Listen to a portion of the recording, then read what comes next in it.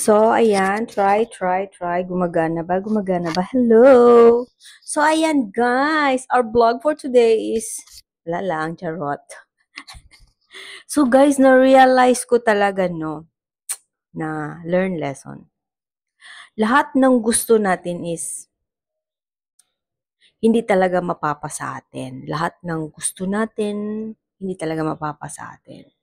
But then, kapag hindi tayo nag-give up, at lalong ipagpatuloy natin, ipursigin natin, alam nyo, there is certain things na na-achieve natin. Hindi man lahat, at least meron. Like, may 5 kang gusto na makuha, na ma-achieve mo.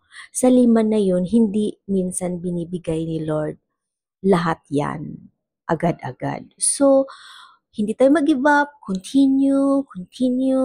Meron at meron dyan sa 5 ma-achieve mo. And then, the next time, ma-achieve mo din yung iba, hindi po sabay-sabay makukuha. Ewan ko lang sa iba, baka meron naman sabay-sabay, siguro sobrang blessed na talaga yon. Pero ang blessings kasi is padahan-dahan. Hindi po kasi biglaan, andyan lahat. Kasi hindi talaga lahat ng gusto natin na pinipray natin, na gusto natin, na pinagkakayuran natin is nakukuha agad-agad. So, learn lesson na magkaroon tayo ng patient. Ganun lang talaga, patient lang talaga. No? Kasi, like, kagaya sa akin, marami akong gusto, pero hindi ko na-achieve lahat yun. Paisa-isa yan. Pero, but I thank God for giving me that one. Kasi nga, at least, sa pangarap mo, meron kang na-achieve, meron kang nagagawa, at least meron, di ba?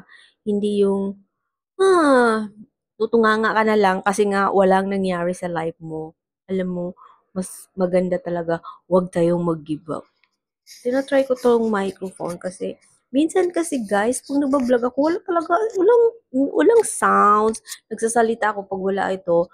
Wala akong naririnig. Tapos yung boses ko, hindi ko siya marinig. But then, yung boses yung mga outside, yun yung naririnig ko. Like, kagaya ng gumagawa ng construction. Then, yun yung naririnig ko. Pero yung boses ko, wala. So, try to use this one.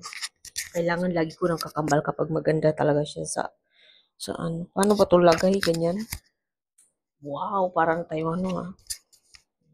Yung kasi yung dito naman, hindi, meron din ako yung dito, kaya lang hindi ko din siya marinig. Hindi ko alam. Siguro hindi switch sa phone ko. Kasi mumurahin yung phone ko.